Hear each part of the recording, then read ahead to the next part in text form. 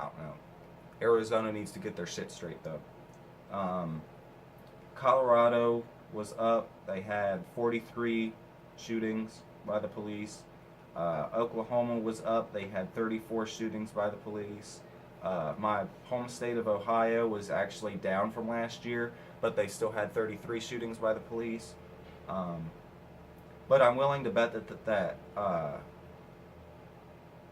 those were probably other departments that weren't places where I probably lived at. Although Butler County can get very bad sometimes, but that's usually not Middletown police. That's usually the sheriff or whatever. And usually, I think Cincinnati's cleaned up their act in recent years, so it's probably not Cincinnati police. But then again, I still didn't look at the incidents, so I wouldn't know. Tennessee had 26. That number is down. And the last of the top 10, North Carolina had 25. That number is up from last year. And 190 involved mental illness out of all the people shot and killed by the police. And that number is down from last year, but that's about 19% of all people. And there were only 22 days in 2018 where police did not kill anybody as of December 27th. Or as of December 21st, sorry. So I want to just point out that white people were 40% of people killed by the officers. I already said that. I already told you that. But I want to just say that they're 73% of the population, whereas black people were 21% of people killed by officers, but 12% of the population. So let's just look at how disproportionate it is there. However, I do want to remind you that 22% of white people had mental illness, and that was higher than any other race. So, and 99% of officers are never held accountable.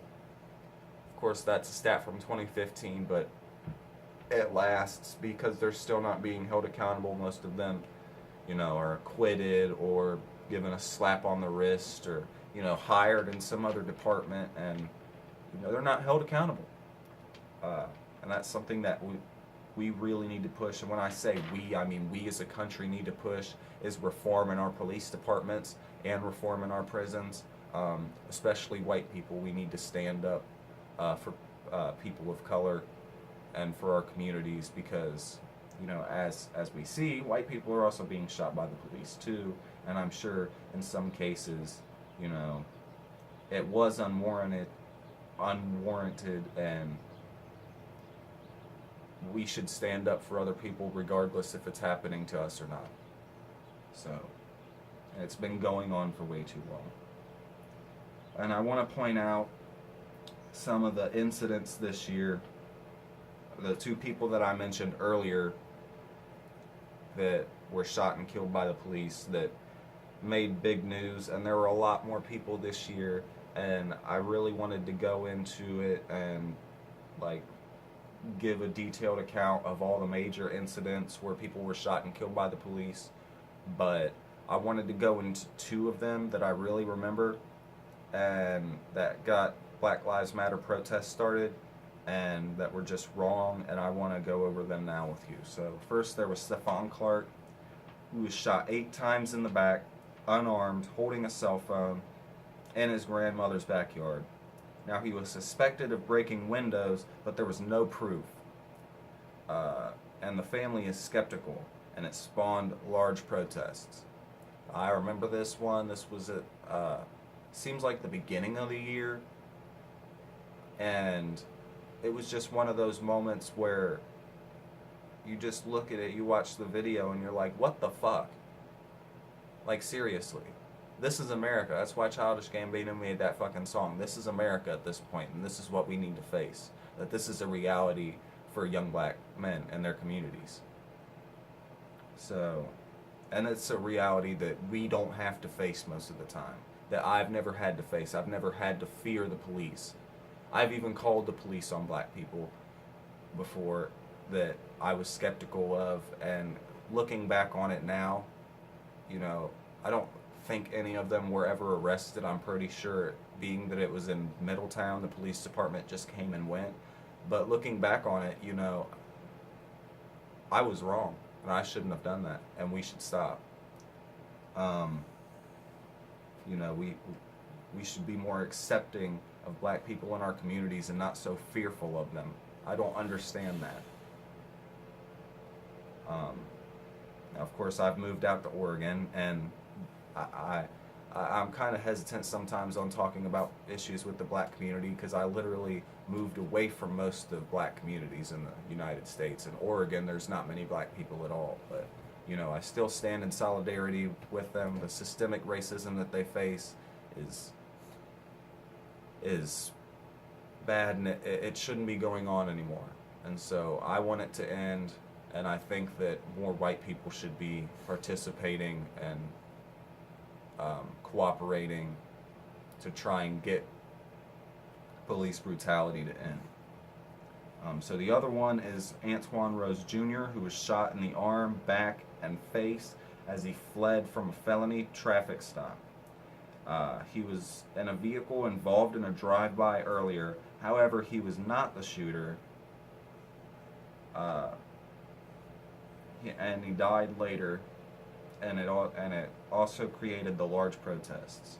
I remember this one too, you know, kind of vaguely. I didn't know the full specifics of it, the incident that happened before he was shot, until now, but it still doesn't justify what the police did. You know, even if they wanted to stop him and, you know, interrogate him, ask him about the shooting or whatever, they could have done that, but he was the passenger. He didn't shoot, he didn't drive, he should not have been killed. And it doesn't matter. We have to look at our use of force and when we use of force. And that's the problem with police brutality, is the fact that it is brutal, the fact that they do use force when they're not supposed to, and because they know they have the power to do so. That's why we need to stop it. So that's police brutality statistics for 2018. Overall, it was, I guess, a little bit better than 2017, but this is still a scary time for black and colored communities, and or communities of people of color. So that's that. Now I want to get to a couple of the latest headlines, because since I'm doing a talk show, I of course want to keep it relevant. So in every episode, at least for now, I'm going to give you some of the latest headlines that I think are important, that I really want to outline. And so I've got 6 here today, and so I'm going to go through them, and then after that we're going to get to my priorities of 2019, and then the video will be over. So first is a Reuters article. It says Pompeo says cooperation with Israel over Syria and Iran to continue. And of course, this is as President Donald Trump plans to withdraw U.S. troops from Syria. Now, that was actually a move I supported, but I didn't think went far enough. You know, same with the withdrawal from Afghanistan, because I think that this is a theater of war that we should not be involved in. People are dying because of us, and ultimately we're just, you know, heating up old tensions and new tensions. And we keep creating resentments. We keep creating retaliatory feelings.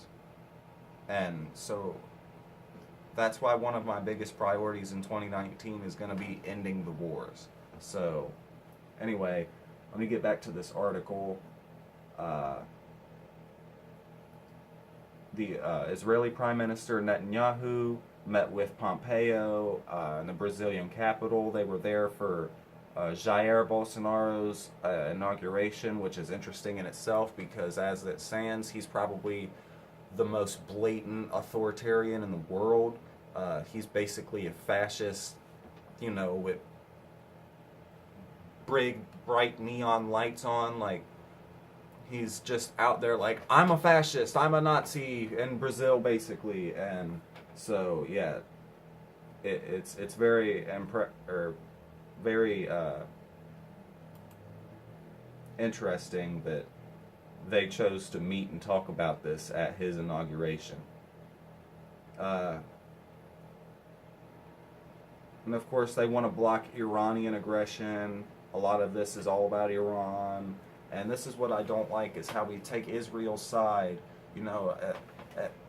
My opinion about Israel is I don't think that state, the Zionist state, should have ever existed. I think that they should have helped Jews reform in their own countries after World War II. I don't know.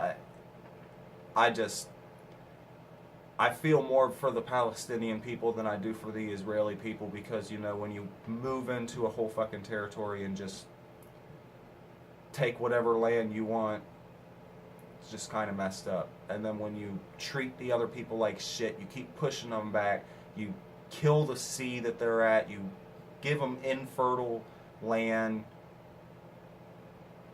The whole Israeli situation is just... I just don't see why we support them. I guess it's because they're so far to the right, and that should scare everybody.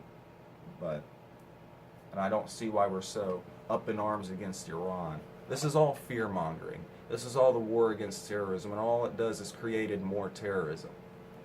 But anyway, so of course, they want to keep being deployed in fucking Syria.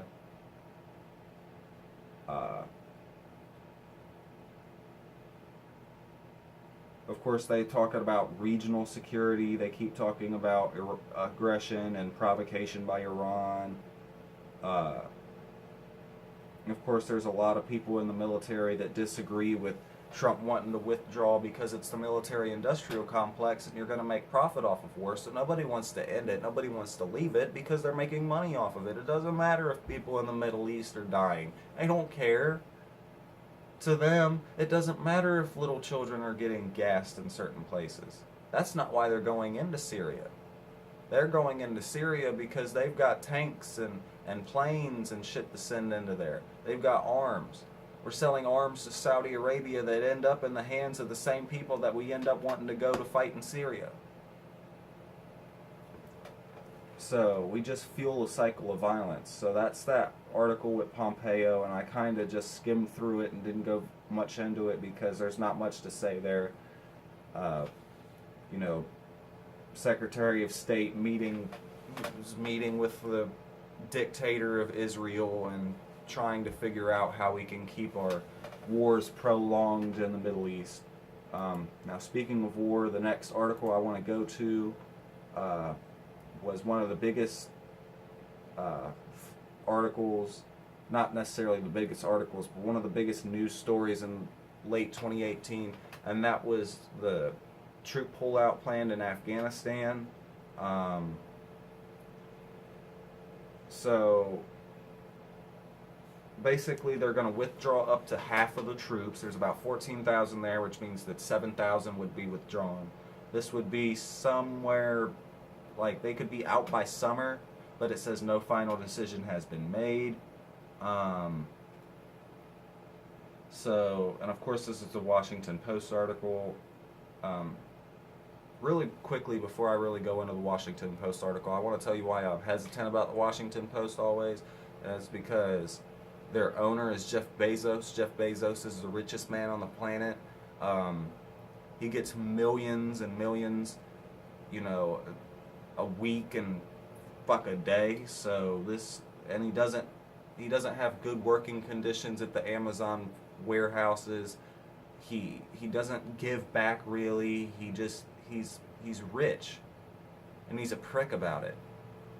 And then I go on to the Washington Post sometimes, especially when I'm on my phone, and it blocks the article and asks for $1. Why do you need $1? I'm pretty sure you've got $125 billion. But anyway, let me get back to this article because Jeff Bezos isn't what we're talking about. We're talking about Afghanistan. So, this war has been going on for 18 years now. And as of May, when I turn 18, I'll be able to fight in it. Now, can anybody that's watching this video that isn't my age remember a time when you could fight in a war that was started when you were an infant? Just think about it. Could you fight in Vietnam when you were born as it started? No. As long as that went, you still couldn't fight in it. So, this is one of those moments in American history where we really have to reflect on the past 18 years and our decisions in the Middle East and where it's really got us. And we have to ask ourselves the same question we started to ask when we weren't winning in Nam, and that is, what is winning? And the truth is, there is no winning. We're just fighting an endless war and profiting off of it.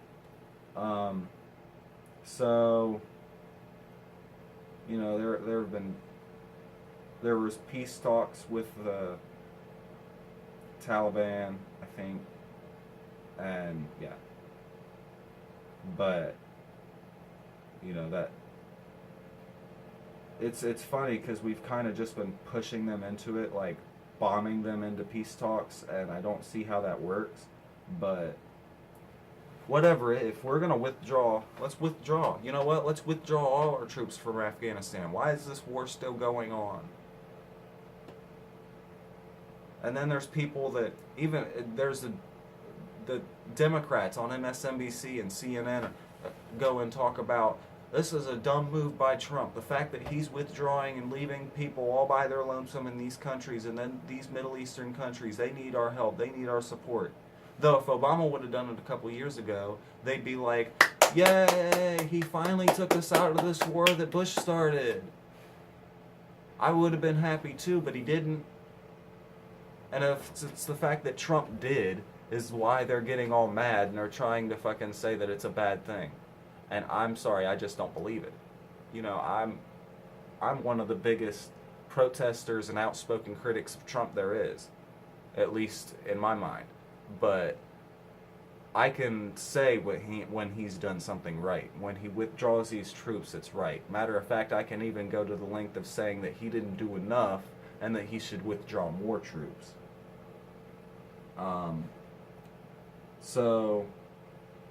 And it's not to say it's not a dangerous situation in Taliban. It says Taliban insurgents, however, control nearly half of Afghanistan and are more powerful than at any time since the 2001 U.S.-led invasion.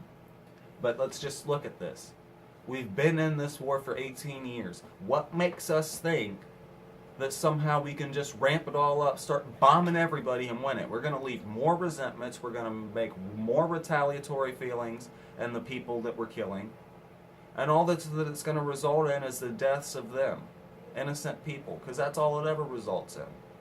And it also results in us spending billions of dollars on these wars when we could be spending the money on better things back in our own country.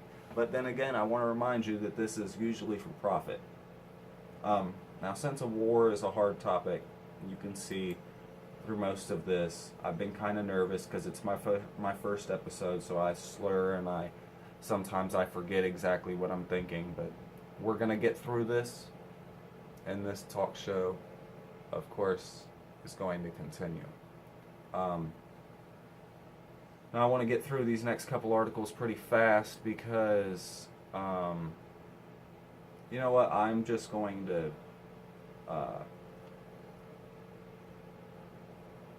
talk about this article, and then we're going to get to the 2019 priorities. So flipping from war to politics, which, they're the same thing, but not same thing, but they're so interconnected that, they go hand in hand. But talking about politics in the field of 2020, Elizabeth Warren is announcing her run for president, or it's not official yet, but it's like this, what's it? A new exploratory committee, but it allows her to start raising money, hire staff, and travel to early primary states. So it's basically like the presidential candidate's starter pack, but, and it's not a pack, by the way, so don't get confused when I say that. But Elizabeth Warren is one of those people that I generally like, and I think that I'd support as president, because of course I'd like a woman president. Now I refute identity politics, and I say don't vote based on whether they're a woman or they're black or they're, you know, the first this, that, or the other. Vote based on policy, because at the end of the day, that's what's really gonna matter. But I'll admit it, I was happy when Barack Obama won. For one, because I supported Barack Obama, and I really believed in the hope and change. But, you know, being a little kid and the historical moment that it was, I was proud that we elected the first black president. But I didn't support Hillary, and I didn't support her being the first woman president.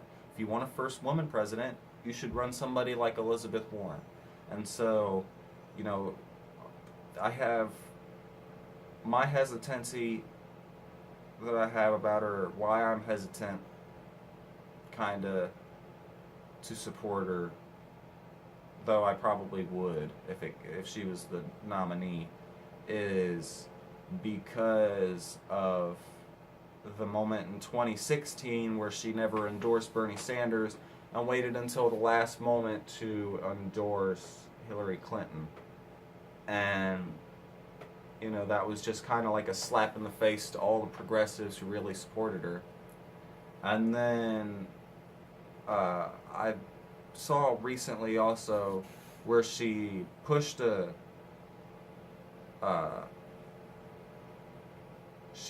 some sort of increase in military spending that was even more than the push that Trump made, that I didn't agree with, and so that makes her sketchy. But all in all, I think she's a better pick than Hillary. I think that she's a better pick than, you know, picking Biden and continuing the Obama legacy. But I really do believe in Bernie Sanders, and I really wish that a lot of the establishment Democratic Party would, I don't know, just quit being so centrist. Pull the corn cob out your ass and be ready to support working class people. You know, we keep running on the same lame duck platforms of, oh, you know, Obamacare, we got to have health care but not single payer. Oh, and we're going to do this and that. And what are we going to run on? Helping the seniors. Oh, what are we going to run on? We're going to run on bailing out the banks. Oh, this isn't what's going to win. And when you flip-flop like Hillary did to try and get left to, you know, get to the progressive people, and then she does the things to get to her base, and we have to abandon the centrism and the Democratic Party, because I'm sorry, you don't need centrism to have civility. So, you know, Elizabeth Warren is running. I think I support her. So far, my candidate is Bernie Sanders, or Richard Ojeda. Richard Ojeda is interesting. Of course, he hasn't gone, you know, anywhere yet, but I'd like to see how his campaign turns out. Beto O'Rourke, I'm not into. I supported him for governor of Texas, or not governor, senator for Ted Cruz's seat. But as I looked into him after the election, I don't want him as president. We had a Barack Obama presidency. We had a sort of left of center presidency, and what we need is a total left presidency. We need a Bernie Sanders presidency. And I don't like saying left because I don't like doing that political spectrum and throwing ideas onto this number scale line of left to right, but, you know, in terms of real progressive policies, you know, that's what we need to adopt on the Democratic Party platform, you know, nationally and locally here in Coos County. Of course, in this show, I'll go into more problems locally involving, you know, Coos County. And so what I want to get to now is 2019 priorities. So my first priority is pushing for action on climate change. You know, as I've said earlier, the IPCC report on climate change says we have only 12 years to live. And a lot of politicians around the United States are just very hesitant because they're loyal to the fossil fuel industry. So, you know, I'm going to be blowing whistles on a lot of local politicians like Peter DeFazio, who supports Caddy McEwen, who is a big, what do they call him, supporter, I want to say proponent, but I don't know if that's the right word, supporters of the Jordan Cove LNG project, which I am protesting. And so I'm going to keep pushing for action on climate change with that. Keep pushing for a Green New Deal and figuring out, you know, green, new, innovative ways that we can confront climate change, because it's going to be the worst problem of our century, and it's one that needs all of our attention. Even the media, and I mean the mainstream media, and I mean like MSNBC, Fox, even people that have the platform to do so. I think that celebrities should be raising money to confront climate change, is doing everything that they can do to get awareness out about it so we can try and fix this problem. Because at this point, I don't think pop culture is important, especially when we only have 12 years to live. So I think another priority is to be careful with our 2020 thoughts and to keep it progressive. I already gave you my opinion on that. I think that we need to adopt a progressive platform, more progressive, you know, agenda. We need to protest the wars in Afghanistan, Pakistan, Iraq, Syria, Libya, Somalia, and Niger. And protest our relationship with Israel, Saudi Arabia, and Turkey. And I think this just goes wider into the whole anti-war effort, and I think that this needs to go into multiple countries. And as the year goes on, I'd like to go into depth about my idea that I've had about doing a sort of global unity march, but we'll see, you know, we'll see where my show goes and how many people are watching, and we'll figure it out. And then fighting toxic masculinity and homophobia, because I feel like this is a problem that goes, you know, well into the problems that we have now with school shootings, with police brutality, with gun violence in general, with people of power, with sexual assault and violence, is toxic masculinity. And I'm a person that I have masculine qualities, I have feminine qualities in my mind. I feel that I'm a man, but I don't lessen anybody if they're more feminine. I don't think less of anybody if they're masculine. I don't think less of anybody if they're trans or if they're gay, or because I'm bi. I'm willing to say it. I came out in 2018 and it was a fresh moment, and you know, so fighting homophobia is one of the big things for me, but also fighting toxic masculinity, because I feel that that solves a lot of the problems in our world. And lastly, getting everybody politically involved, and this is particularly the youth, but I want to get everybody politically involved because all of our votes are going to count in 2020, and they, you know, I wish more people would have voted in November, but that midterm election is over and we're looking at 2020, and hopefully we can defeat Trump then. So this is the end of the first episode of Post-Millennial. It's gone for an hour now, a little over an hour, so it was a little bit longer than I suspected. I think I'll probably be doing shorter videos in the future, but I'm not going to be fitting as many things in. I just wanted to fit as much in it to the first episode as I could, so that it was all there, and so that you all had something to watch. And give me feedback on it. Give me tips and advice, what you think, what I can do better. Tell me if it was too long, if I should have went longer. That's probably not the case, but just I want to hear from the people that are watching, because I want to keep this continuing and I want to make it better. Sorry if the quality of this video wasn't perfect. I'm gonna try to get better quality on my videos in the future. What I need to do is I need to get to the point to where I can monetize my content, and then I can get a better setup. And not only that, but I can give some of that money to charities and causes, and possibly be able to start up local activist movements around here. So this is the conclusion of the first episode of 2019 of the Post-Millennial. Happy New Year's. Welcome to 2019, the final year of the second decade of the 21st century. And I hope that you all have a great day. Thank you.